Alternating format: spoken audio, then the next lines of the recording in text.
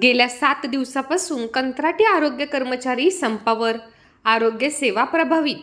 शासनाचे लक्ष वेधण्यासाठी कर्मचाऱ्यांनी काढला जिल्हाधिकारी कार्यालयावर मोर्चा. आरोग्य विभागातील कंत्राटी कर्मचारी आपल्या विविध मागण्यांसाठी गेल्या 7 दिवसांपासून बेमुदत संपावर गेले आहेत. जिल्ह्यातील जवळपास 700 कर्मचारी अधिकारी संपर्क केल्यामुळे आरोग्य यंत्रणा प्रभावी झाली आहे. मात्र अजूनही यांच्या मागण्यांसंदर्भात तोडगा निघाला नसल्याने आज जिल्ह्यातील संपूर्ण कर्मचाऱ्यांनी बुलढाणा जिल्हाधिकारी कार्यालयावर मोर्चा काढत शासनाचे लक्ष वेधले आहे.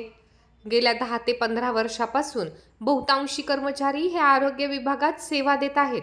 मात्र अजूनही त्यांना सेवेत कायमस्वरूपी सामावून घेण्यात आलेले नाही. याच मागणीसाठी हे आंदोलन केलं जात आहे.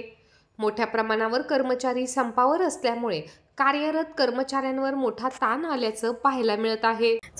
राष्ट्रीय आरोग्य अभियान कंत्राटी कर्मचारी 10 वर्ष पूर्ण झालेल्या सर्व कर्मचारी आज आंदोलनामध्ये आम्ही 19/8/2024 पासून आम्ही आंदोलनात सहभागी झालेलो आहोत. आज आमच्या आंदोलनाचा 7वा दिवस आहे. आज आमच्या 14 मार्च 2024ला आमचा GR निघालेला आहे. GR निघून आम्हाला 17 महिने झाले तरीही त्या GRची अजून अंमलबजावणी झालेली नाही. आमचे 71 केडरपैकी फक्त 2 केडरचे ऑर्डर काढलेले आहेत. बाकी केडरबाबत अजून कुठलीही कारवाई झालेली नाही आहे. ती कारवाई लवकरात लवकर व्हावी आणि लवकरात लवकर ऑर्डर आमच्या हातात यावे याच्यासाठी हे आंदोलन ठेवलेलं आहे. आज आम्ही कलेक्टर ऑफिसपर्यंत मोर्चाद्वारे त्यांना कलेक्टर साहेबांना निवेदन देण्यासाठी इथं पोहोचलेलो आहोत.